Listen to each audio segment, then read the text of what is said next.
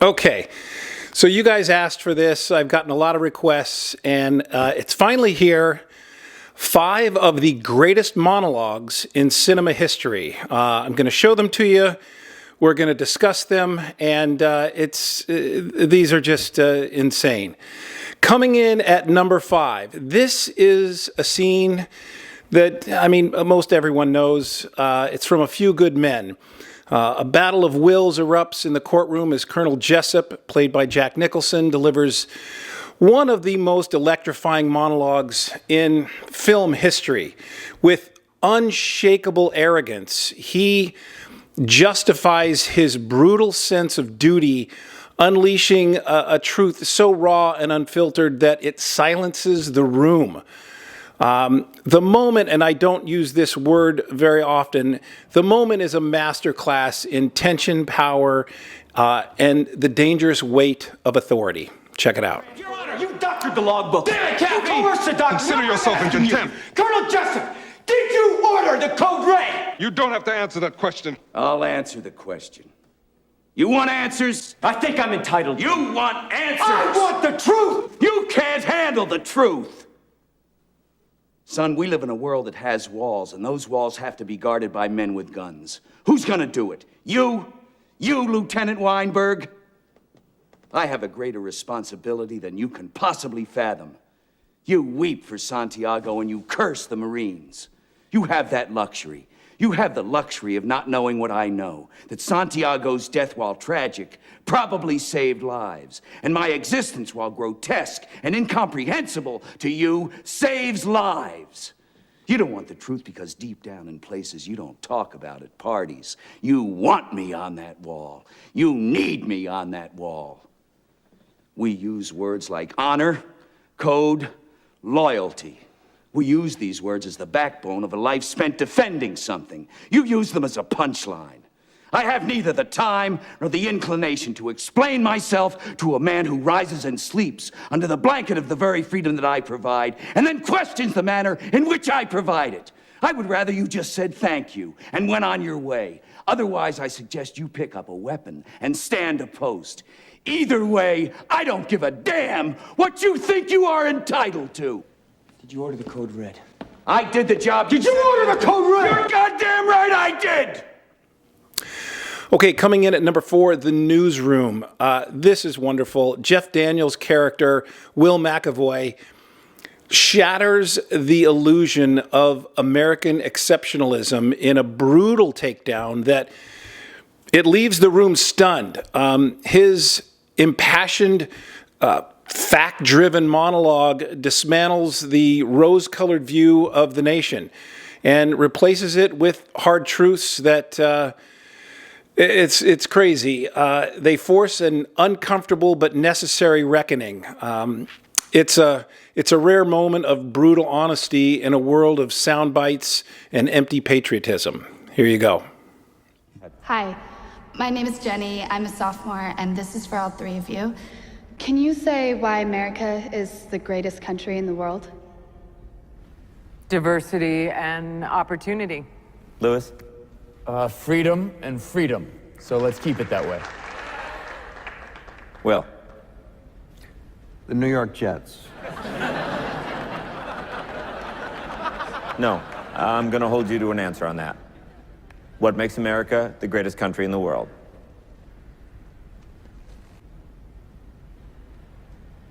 Why is America Not the greatest country in the world, Professor. That's my answer. You're saying... Yes. Let's talk about... Fine.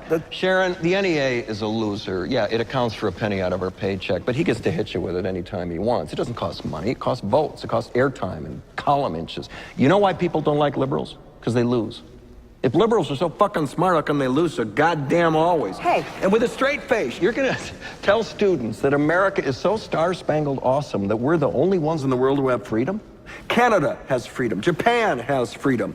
The UK, France, Italy, Germany, Spain, Australia, Belgium has freedom. So 207 sovereign states in the world, like 180 of them have freedom. All right. And yeah, you, sorority girl, just in case you accidentally wander into a voting booth one day, there's some things you should know. And one of them is, There is absolutely no evidence to support the statement that we're the greatest country in the world. We're 7th in literacy, 27th in math, 22nd in science, 49th in life expectancy, 178th in infant mortality, 3rd in median household income, number 4 in labor force, and number 4 in exports. We lead the world in only 3 categories: number of incarcerated citizens per capita, number of adults who believe angels are real, and defense spending, where we spend more than the next 26 countries combined, 25 of whom are allies. Now, none of this is the fault of a 20-year-old college student, but you nonetheless are, without a doubt, a member of the worst generation ever. So when you ask what makes us the greatest country in the world, I don't know what the fuck you're talking about.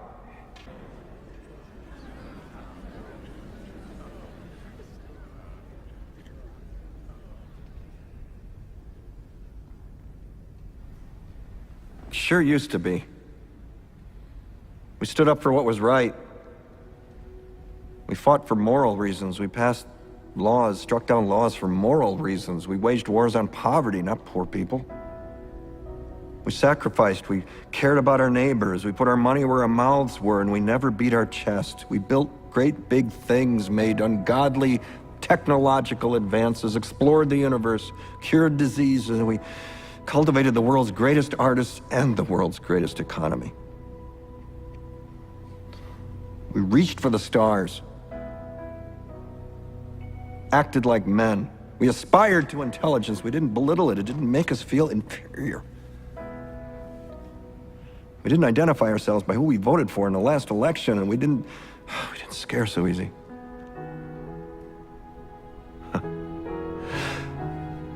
We were able to be all these things and do all these things because we were informed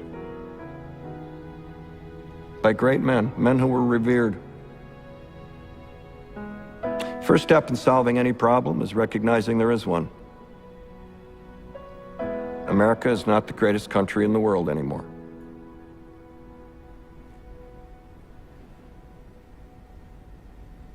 Enough? Okay, coming in at number 3, Network. A desperate, unhinged Howard Beale, played by Peter Finch, breaks through the noise of television with can only be described as a primal scream that resonates across generations as he urges viewers to throw open their windows and join his rage. The scene transforms from a meltdown into a movement. It's a terrifying, prophetic moment that feels, sadly, even more relevant today. I don't have to tell you things are bad. Everybody knows things are bad. It's a depression. Everybody's out of work or scared of losing their job. The dollar buys a nickel's worth. Banks are going bust. Shopkeepers keep a gun under the counter. Punks are running wild in the street, and there's nobody anywhere who seems to know what to do, and there's no end to it. We know the air is unfit to breathe and our food is unfit to eat.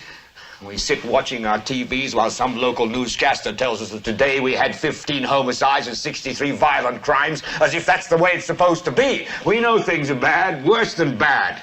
They're crazy. It's like everything everywhere is going crazy, so we don't go out anymore. We sit in the house, and slowly the world we're living in is getting smaller, and all we say is, please, at least leave us alone in our living rooms. Let me have my toaster and my TV and my steel-belted radios, and I won't say anything. Just leave us alone. Well, I'm not going to leave you alone. I want you to get mad. I don't want you to protest. I don't want you to riot. I don't want you to write to your congressman because I wouldn't know what to tell you to write. I don't know what to do about the depression and the inflation and the Russians and the crime in the street. All I know is that first, you've got to get mad. You've got to say, I'm a human being. God damn it. My life has value. So, I want you to get up now. I want all of you to get up out of your chairs. I want you to get up right now and go to the window, open it, and stick your head out and yell, I'm as mad as hell, and I'm not going to take this anymore. I want you to get up right now. Sit up, go to your windows, open them, and stick your head out and yell, I'm as mad as hell, and I'm not going to take this anymore. Things have got to change. How many stations does this go You've out got to get mad. 67. I know it goes to Louisville and Atlanta. I'm not going to take this anymore. Then we'll figure out what to do about the depression and the inflation and the oil crisis. But first, get up out of your chairs, open the window, stick your head out and yell, and say, I'm as mad as hell, and I'm not going to take this anymore. Who are you talking to, Herb? CGG, Atlanta. Are they yelling in Atlanta, Herb? Are they yelling in Atlanta, Ted? But first, you've got to get mad. You've got to say, I'm as mad as hell, and I'm not going to take this anymore. They're yelling in Baton Rouge. Get up out of your chair. Son of a bitch! We struck the mother lode! Stick your head out of the window, open it, and stick your head out and keep yelling and yell, I'm as mad as hell, I'm not going to take this anymore. Just get up from your chairs right now. Go to Where the you window. going? I want to see if anybody's Go yelling. to the window, open it and stick your head out and yell and keep yelling. I'm mad as hell! I'm not going to take this anymore! I'm mad as hell! I'm not gonna take it anymore! I'm mad as hell! I'm not gonna take it anymore! I'm mad as hell! I'm not going to take it anymore! I'm mad as hell and I'm not gonna I'm not going to take it anymore! I'm mad as hell! I'm mad as hell! Okay, coming in at number 2. From the film There Will Be Blood, this was amazing. Daniel Plainview, played by the great Daniel Day-Lewis, reaches the peak of his greed and madness in a scene as absurd as it is terrifying. With chilling glee, he taunts his rival, explaining through a bizarre and unforgettable metaphor how he has utterly destroyed him. It is a brutal, unhinged display of dominance that cements him as one of cinema's greatest villains. While we wait for his word. You're not the chosen brother, Eli. It was Paul who was chosen. As he found me and told me about your land. You're just a fraud. Why are you talking I about did what Paul? your brother Don't couldn't. say I this broke to me. you and I beat you. It was Paul who told me about you. He's the prophet. He's the smart one. He knew what was there and he found me to take it out of the ground. You know what the funny thing is? Listen. I paid him $10,000 cash in hand. Just like that. He has his own company now. A prosperous little business, 3 wells producing $5,000 a week. Stop crying, you sniveling ass. Stop your nonsense. You're just the afterbirth, Eli. No. Slithered out on your mother's filth. No. They should have put you in a glass jar on the mantelpiece. Where were you when Paul was suckling at his mother's teat? Where were you? Who was nursing you, poor Eli? One of Banda's sows? That land has been had. Nothing you can do about it. It's gone. It's had. If you would just take this lease, Daniel.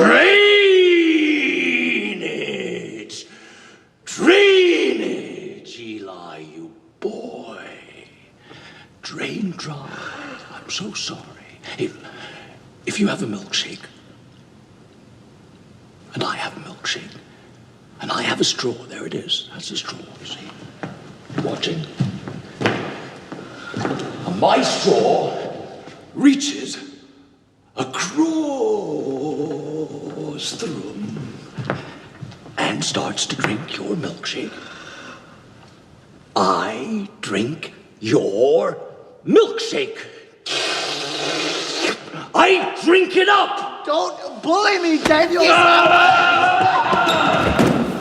Did you think your song and dance and your superstition would help you, Eli? I am the third revelation. I am who the Lord has chosen. Because I'm smarter than you. I'm older. I'm your old friend, Daniel. I'm not a false prophet. Help me, You sniveling boy. I am the third revelation. I am the the third revelation. I told you I would eat you. We're family. I told you I would eat you up. We're brothers. We're brothers. We're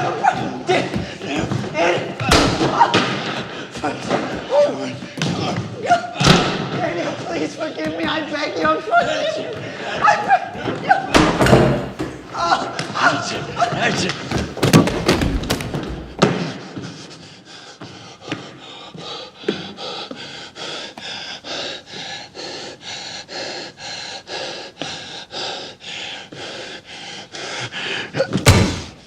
And coming in at number 1, this is a scene from Good Will Hunting.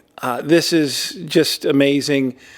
Robin Williams delivers a quiet, devastating monologue as Sean, a therapist who strips down Will, his client, played by Matt Damon, Will's emotional defenses with pure wisdom and empathy in one of the most poignant moments in cinema. He reminds Will that knowledge is hollow without experience, proving that sometimes a simple conversation can change everything. So what's this? A taster's choice moment between guys? This is really nice. You got a thing for swans? Is this like a fetish? It's something like maybe we need to devote some time to? Thought about what you said to me the other day about my painting. Stayed up half the night thinking about it. Something occurred to me. I fell into a deep, peaceful sleep and haven't thought about you since. You know what occurred to me? No. You're just a kid. You don't have the faintest idea what you're talking about. Why, thank you. It's all right. You've never been out of Boston. Nope. So if I asked you about art, you'd probably give me the skinny on every art book ever written. Michelangelo. You know a lot about him. Life's work, political aspirations, him and the Pope, sexual orientation, the whole works, right? I bet you can't tell me what it smells like in the Sistine Chapel. You've never actually stood there and looked up at that beautiful ceiling. Seen that. If I ask you about women, you'd probably give me a syllabus of your personal favorites. You may have even been laid a few times.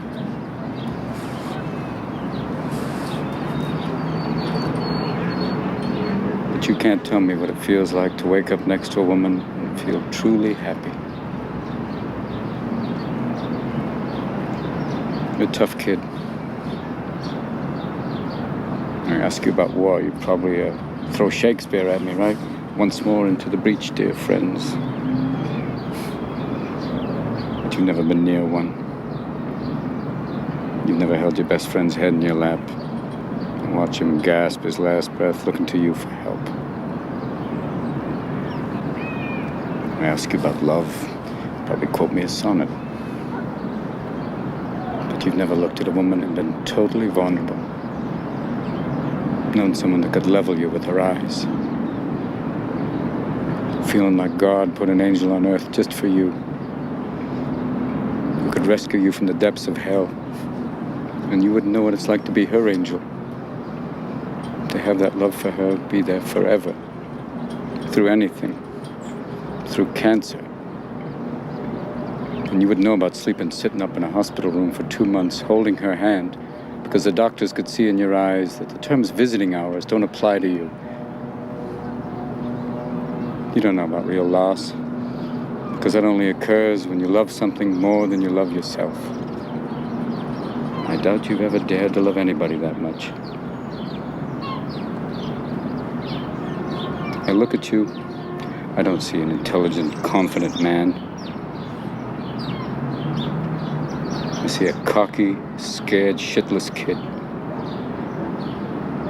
But you're a genius, Will. No one denies that. No one could possibly understand the depths of you. But you presume to know everything about me because you saw a painting of mine. You ripped my fucking life apart. You're an orphan, right?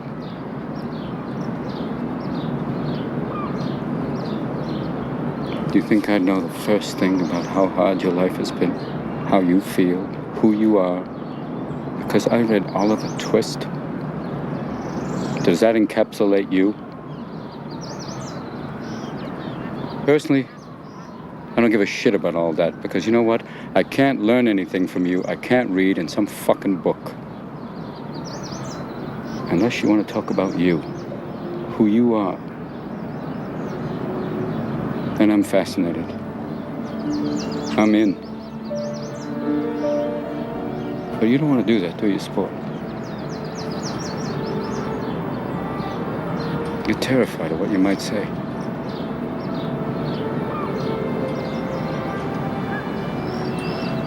Your move, Chief.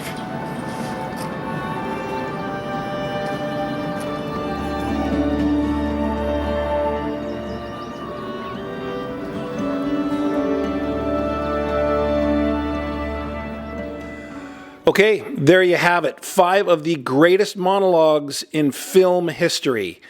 I know there's going to be doubters. I know there's going to be some debate on this. I know there's going to be people who said, oh, you missed this or you missed that. What about this? What about that? So bring it on.